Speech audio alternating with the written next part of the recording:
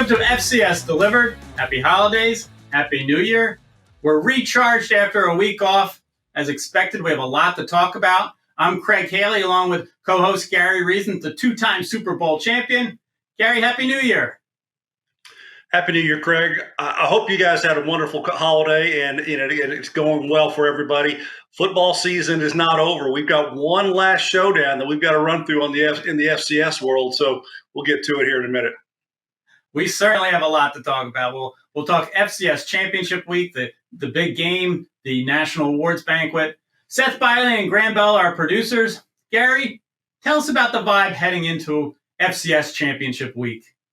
Well, Craig, it's a big week. Obviously, there's a lot going on with the national championship game going on, our FCS National Awards show. Everything is bubbling up and coming here to Frisco, Texas. I live in this community. I live in McKinney, which is adjacent to Frisco, and boy, it's a lot going on. If you were looking my office here, you would see about 15 or 20 boxes of materials that have been delivered to my home to be able to put into the award show, and it's all for that. So, but it's all great. It's all good. For the FCS community, I think there's a little bit of a buzz here with Montana State and North Dakota State. The number one and number two teams facing off in the FCS National Championship game. I think that is tremendous. And, I do think, though, that the other conferences outside of the MVFC and the Big Sky, they're on the outside looking in again. How do we change that? How does that change? And I think that's some of the things that some of the universities and maybe at some of the conference level offices, they may be thinking about. And, it's something for us to discuss down the road a little bit. Well, it's a good point because Montana State and North Dakota State, they beat a lot of these conference teams from other conferences. I mean, to get to this championship game, Montana State rolled through UT Martin, Idaho, and then South Dakota in a pretty good game. North Dakota State, beat Abilene Christian, then Mercer, then a great game with South Dakota State. So yes, they're these are the two conferences that just keep coming back to Frisco. But let's talk a little bit about that Montana State semifinal. They went to 15-0. They beat South Dakota 31-17. Another big game for Tommy Mellott behind center. What was your takeaway from that game, Gary? Well, it kind of set up the way we thought it did, Craig, and that is, I just think that Montana State is primed really to have that elite of a run, and they are really still on top of their game. Tommy really had a tremendous football game. He's led that team all season, and he's just playing almost flawless football, which I think is great. And he can do it two ways, with his legs or with his arm, leading that offense. And their defense is stellar as well. So they've really got a top-notch ball club this year, and it shows. And I think that Coach Vigen and how he has put that team together and built it. I think they've built it the right way, and it's a championship level football team. So what they did against South Dakota, I think was one of the darlings in the playoffs because they were just continued to win, and it was kind of they were on the a couple of those toss-up games where they would get that win on against their opponent, and there they were just in the semifinal matchup. So I think it was a great ball game, but Montana State, they did take care of business in that one. Yeah, the Coyotes were one of three Missouri Valley teams in the semifinals. The other matchup was tremendous. North Dakota State, the 2 seed, they got to 13-2 by beating South Dakota State 28-21. A great game. I think it was the best game of the year. Ended the bid for the Jackrabbits trying to win a national title three-peat, if you will. Wow. I mean, Bryce Lance was just ridiculous how good he was with 3 touchdown receptions from Cam Miller, including that tightrope kind of touchdown late in the game to win it. The Bison at home are just tremendous in the playoffs, but I mean, they're just a dominating power, Gary. They are, and you think of the Bison, and you think of what their offense usually is, and it's power, it's physical, it's run downhill, it's just take away the will of the defense. That didn't set up so well early on in that ball game, so they needed to have some big strike plays to get their offense moving, and they did so. You mentioned the young man, Bryce Lance, who had 3 touchdown passes in that game, and he was breaking away from the defenders in that ball game from South Dakota State. So he had breakaway speed on display in that game. So that's something to look for in this national championship game, and we'll talk about Bryce Lance and his abilities in a little while. And then the Jackrabbits a week later, Jimmy Rogers has departed. The 2-time national champions. They He's moved on to Washington State. I mean, he's just, earned it. I mean, he was our Eddie Robinson Award winner last year. They won the national title for the second straight year after they had won under John Stiegelmeier. He's just a focused, tremendous coach, Gary. I think he is. When you talk to him, he is very structured. He's very principled. He understands how to communicate with his players. I think he really has taken South Dakota State and done a really tremendous job with them. Back-to-back national championship seasons. You take what Coach Stiegelmeier did with him there at the helm last year. This season, taking them, back to the championship level program that they are. It is something that Coach Rogers really has just kind of built a resume, and it appeals to some of the larger universities. And congratulations to him to be able to move on, and I wish him the best. Whoever won the Bison Jackrabbits was going to be a worthy team for the championship. Montana State 15-0. We have the top two seeds now because North Dakota State won. Headed to Frisco. January 6th, a Monday night game. The Bobcats are trying to go 16-0, which has only happened with the North Dakota State 2019 champions. They went 16-0 with Trey Lance, Bryce's older brother, leading the way. How did the Bison get it done here? And they know how to get it done in Frisco, but to stop this Montana State run game that's just steamrolls teams, Gary. Yeah, Montana State, they really know how to run the football. Over 300 yards a ball game, 301 yards to be exact. And that's something that, when you look at this offense and really, Tommy Mellott is right there with the trigger. And whether it's going to be him handing off to a running back or a wide receiver on an end around or something like that, or it's Tommy himself taking off and running the football, you really don't know where to put your eyes. And that's the thing that I think that they really have a little bit of an advantage over the defense, because they can hurt you in the passing game as well as the run game. And, you really have a hard time defending. So it really comes down to a box count, really, of what do you want to put in the box as far as being able to defend this offense. And when you look at Montana State, there's two things that you can do defensively to stop Tommy Mellott and that offense. One is defensive penetration, because that's going to disrupt whatever they're doing in the backfield. And then secondly, you're going to have a higher number of box counts. So you have more people than they can block. That's going to give you an opportunity to tackle. And the most important thing in this ballgame is going to be turnovers. Turnovers are going to be key for both football teams. And, that defenses, they have to be able to tackle and tackle well. You're going to see these guys break arm tackles, and that's what they've done all season long. So it's going to take a game of defensive tackling on both sides of the ball. And I see the teams very evenly matched in that area. Yeah, and Montana State has, been lights out this whole decade. Here they are back in Frisco for a second time. But even though the Big Sky and the Missouri Valley have emerged as the two best conferences, the Missouri Valley keeps getting the upper hand on the Big Sky, and the Montana State especially, not getting through the Bison. Why is it different this time? What could be different? I'm not really sure, Craig, that it is going to be different. You've just got to figure it out. Really, both teams, I think, come in there very evenly matched and very much have the same makeup of a championship level football team. It comes down to turnovers. It comes down to mistakes. It comes down to making opportunities. And so, used to have a coach named Bill Parcells who led our New York Giants teams, and he says, guys, when we have big games, our big-time players have to step up and make plays. That's what it comes down. So when it comes down to it, for each team, those elite players that you have, that you've leaned on all season long, they've got to continue to do that. And then the one thing that it comes up is mistakes. The team that makes the least amount of mistakes is usually going to win this football game.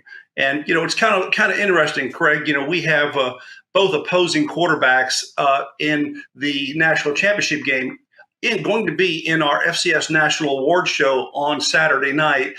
They are both finalists, top finalists for the Walter Payton Award. So we'll be able to have them in the building and in our event, along with a running back who's done a tremendous job of rushing for Southern Utah and Targhee Lamson. So those three guys are going to be with us a couple of nights before the national championship game. Maybe we'll pick their brain a little bit about how they see this matchup. We won't really get into it with those guys, but it's really going to be a lot of fun though with everybody in the room.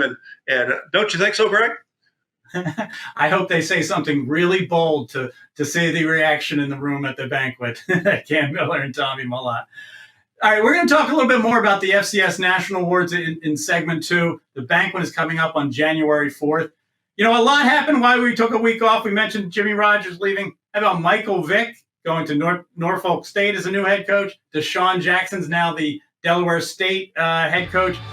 A lot is always going on 24/7, 365 with the FCS. But we're going to come right back with FCS Delivered and talk FCS National Awards.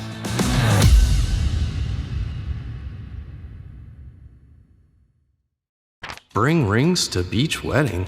FedEx presents Tall Tales of True Deliveries. Just another day on the job. We did this for love. See what we can do for your business. FedEx.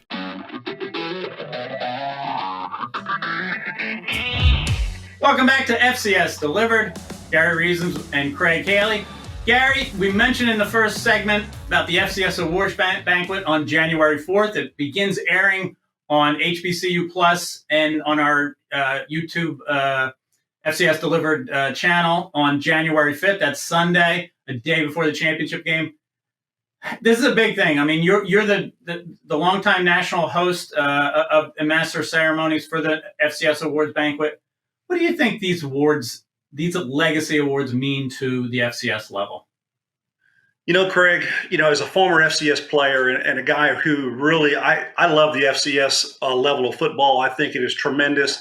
I think that it really provides an opportunity for players to, at any walk of life, to come into a program, any one of these 127 FCS or 29 programs, to be able to make a name for themselves. It happened for me, and it gave us an ability to kind of be a part of a football life, so to speak. And when I look at these players and I go out on campus and I do different things that we do, it's really all about one thing. It's shining a brighter spotlight on FCS football.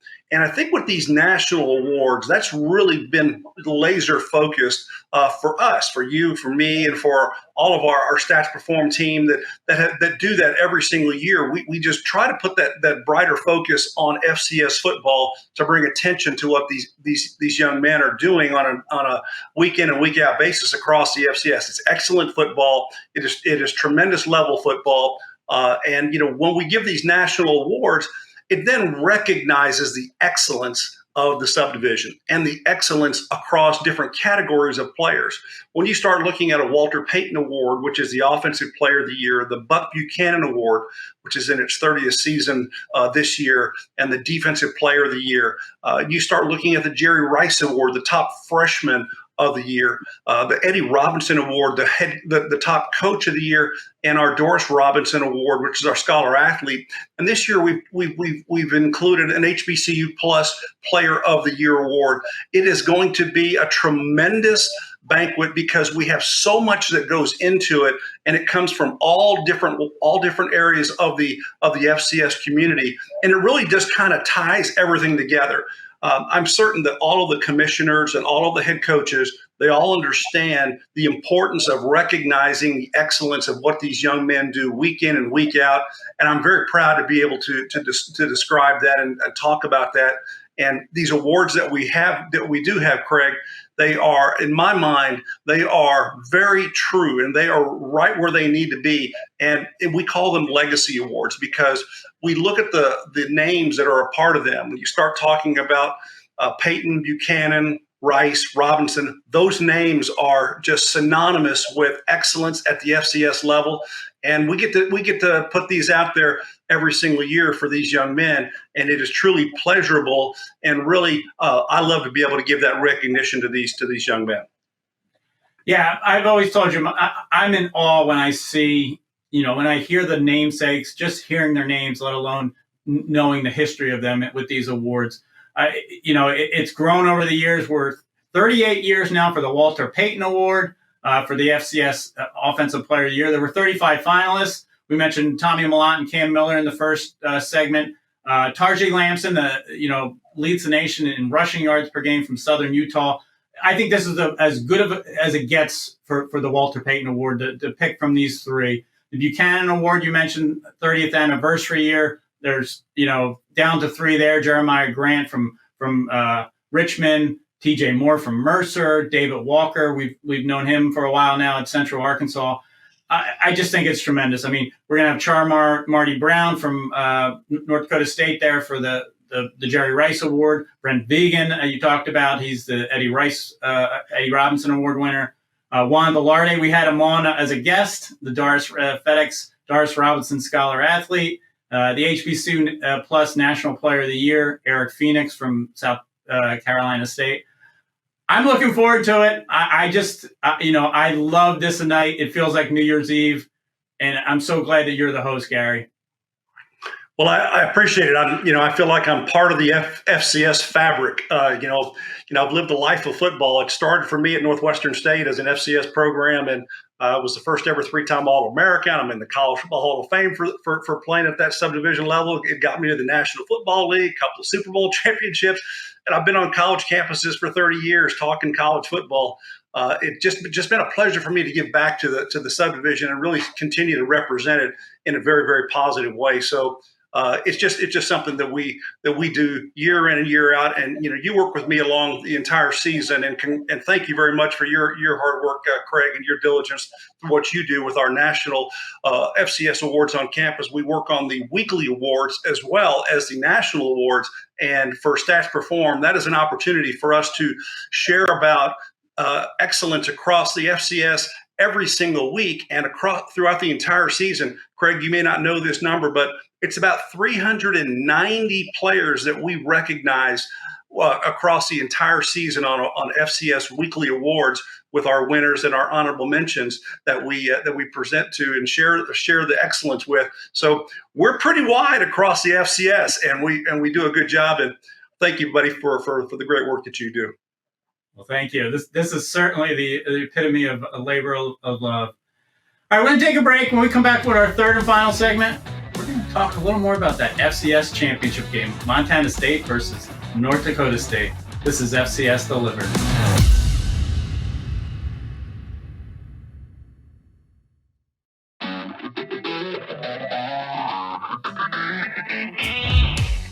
Welcome back to FCS Delivered. Gary and I are on to our third segment, and we're talking FCS championship game. Number 1 seed Montana State, 15-0. Number 2 seed North Dakota State, 13-2. Just an epic matchup, 7 p.m. Eastern on Monday, January 6th on ESPN. Gary knows a little bit about Monday Night Football, and this is just a great matchup indeed. The Bison going for their 10th national championship. Montana State trying to be 16-0, just like that 2019 NDSU team. Gary, what are some of the keys here? Well, Craig, this is the biggest night of FCS football in FCS football history. It is on Monday Night Football, ESPN. It is the only college football game out there that is being played. So it is going to get some eyeballs. It's going to get attention. It's going to be the only football game in town. So buckle up, because it's going to be on everywhere, and most people are going to have a lot of fun with it. I see this as two juggernauts, two big powerhouse football teams going at each other. Great teams are running the football. We talked about Montana State and their offense running 300 rushing at 300 yards a game. That is going to hold to form. I think you're going to see power running football. And North Dakota State, their defense, it's going to have to rise to the occasion. They're all everything defensive tackle. Eli Mostert has to have a monster game inside. He's got to be able to do that. They only allow 119 yards rushing per game to the Bison. So that's a pretty telling story. So that's going to be one matchup that we're going to want to watch. How does Montana State approach the running game, and how does North Dakota State be able to defend the running game of Montana State? I think that's one of the keys keys there. When you look at North Dakota State and quarterback Cam Miller and really what he has done throughout the season, he has been lights out as far as efficiency. He has done a great job of being able to control the football. Only has 2 turnovers on the entire season. Did you see that? 2 turnovers on the entire season from the quarterback position. He has been tremendous. So congratulations to Cam Miller for being able to be that efficient throughout the season. And that is what has propelled them to be able to be in control of most ball games. So you've got 2 teams, Craig. You know, their defenses are stellar, their offenses are stellar, and it's really just going to come down to mistakes. Take a look at some of the things that you go put in this thing. It's going to be coaching decisions. It's going to be how you're going to utilize some of your personnel. Going to be special teams are going to come up large in this thing as well, Craig. And I think that the biggest key in this thing could be turnovers. How do you see it, Craig? Yeah, I think you hit it on the nail there with turnovers. Red zone efficiency, Montana State's the best in the nation at that. But the Bison seem to, limit damage from their opponents. They've always said 3 points isn't going to beat them. They'll give up field goals. They don't give up a lot of touchdowns when it gets to the red zone. So I love how you mentioned Cam Miller. I mean, I think, Coach Polasek has kind of unleashed it a little bit. He's throwing more, using the pass to set up the run, just like Tommy Mellott uses the run to set up the pass. So either way, it's a championship matchup for the ages. Both teams deserve to be here. 1-2, you can't go wrong. It's the 9th time that's happened with the top 2 seeds in the playoffs to get to the championship game. Now, Gary, I'm going to put you on the spot. I mean, not only are they playing for the national championship game, the winners, I hear, they're coming to your house for a late-night barbecue to celebrate. Who's going to be there? Who's your pick? What's your score for this game? Wow. I've gone back and forth on this a little bit, but I do think that Montana State is going to continue and get that 16-0 number because they've just played so well this season and played in big moments. And I think that Tommy Mellott has really just kind of taken them over to that level. I think that North Dakota State is going to perform well. There's both teams are not going to make mistakes. They're not going to have issues. I think that both teams are going to play well. I actually think it's going to be a higher scoring game than maybe you would think in this game. It's not going to be too much of a defensive struggle because these offenses are so efficient. They're going to churn out first downs and drive the football. I see this game being a 35-28 Montana State victory. And, it could easily go the other way with turnovers and things that go wrong. But I see that the Bobcats are really primed to take this, and it's going to be down to the wire. It's going to be in the last quarter. We'll find out that winner. How about you, Craig? Yeah, I hope it comes down to the end. Those are what we all want as FCS fans. I picked the Bison back in January 11th, I think it was. I put out a never too early top 10, and I had the Bison winning it all. And I've stuck with them this year. I'm going to go with them 24-23. I just think it's an epic matchup, and I hope it does come down to the end. So we'll see. We're going to be back to talk about this championship game and the Peyton and Buchanan Awards. That'll be our next episode on Wednesday, January 8th. We'll even have our top 25, the Stats Perform top 25 poll out by then. But, Gary, I am ready. I know you are. I will see you in Frisco. Look forward to it, buddy. Come on down. We're going to have a good time with the awards show and a fantastic national championship game Monday night. So until then, guys. We thank everybody for listening or watching to this week's episode of FCS Delivered. We will be back and talk to you again on January 8th. This is FCS Delivered.